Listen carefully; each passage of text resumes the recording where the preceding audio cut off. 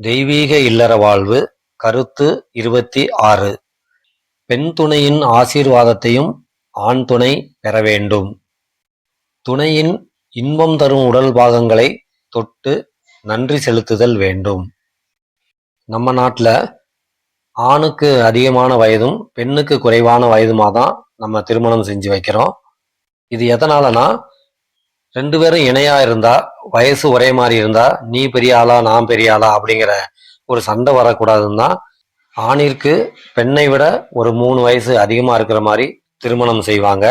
அப்ப நீ பெரிய ஆளா நான் பெரிய ஆளா அப்படிங்கிற ஒண்ணு இல்லாம அவங்க தான் பெரியவங்க அப்படின்னு அந்த பெண் அதுக்கேற்ற மரியாதையோட இருப்பாங்க. இப்போ இந்த ஆசீர்வாதம்னு பார்த்தா வாழ்த்துதல், அதாவது நீங்க நல்லா இருங்க நல்லா இருங்கிற ஒரு வாழ்த்துதல். ஒரு ஆண் பெண்ணுக்கு மட்டுமே வாழ்த்துக்கிட்டு இருந்தா அது குடும்பத்திற்கு பத்தாது. அந்த பெண்ணும் அந்த ஆண் துணைய வாழ்த்தணும்.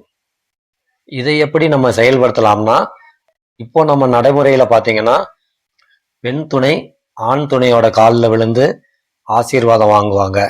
இதுதான் இப்போதைய நடைமுறையில செஞ்சுக்கிட்டு இருக்கிறாங்க. அப்ப அந்த ஆண் துணை பெண்ணிட்ட எந்த மாதிரி ஒரு முறையில ஆசீர்வாதம் வாங்கணும் அப்படிங்கிற ஒரு குழப்பம் இருக்கும். அதை நம்ம எப்படி செய்யலாம் அப்படின்னா, இந்த படத்துல பாருங்க, இந்த படத்துல இருக்கிற மாதிரி பெண் துணையோட கையை பிடிச்சு எனக்கு நீ ஆசீர்வாதம் கொடு அப்படின்னு கேட்கலாம். அப்படி கேட்கும்போது அந்த பெண் துணை ஆண் துணையோட தலை மேல கை வச்சு நீங்க நல்லா இருங்க அப்படின்னு வாழ்த்தணும். அப்படி ஒரு ஆசீர்வாதம் பெண் துணையின் மூலமா ஆண் துணையும் வாங்கிக்கோங்க. அப்ப அவங்களுடைய மனசும் நீங்க நல்லா இருங்க அப்படின்னு சொல்லிக்கிட்டே இருந்தா அது குடும்பத்துல ஒரு தெய்வீக வாழ்க்கையை ஏற்படுத்தும். அதனால இந்த முறையில ஆண் துணை பெண் துணைகிட்ட ஆசீர்வாதம் வாங்கிக்கோங்க. துணையின் இன்பம் தரும் உடல் பாகங்களை தொட்டு நன்றி செலுத்துதல் வேண்டும். இது எப்படின்னா, ஒருத்தரை ஒருத்தர் வாழ்த்திக்கிறதுக்காக தான் நம்ம இந்த ஒரு முறையை ஏற்படுத்திக்கிறோம். ஒருத்தரை ஒருத்தர் வாழ்த்திக்கிற முறையினால இன்னும் ஆண் துணையும் பெண் துணையும் ரொம்ப ஒரு பிடிப்பா இருப்பாங்க. அதுக்காக தான் நம்ம இந்த முறையை ஏற்படுத்துறோம்.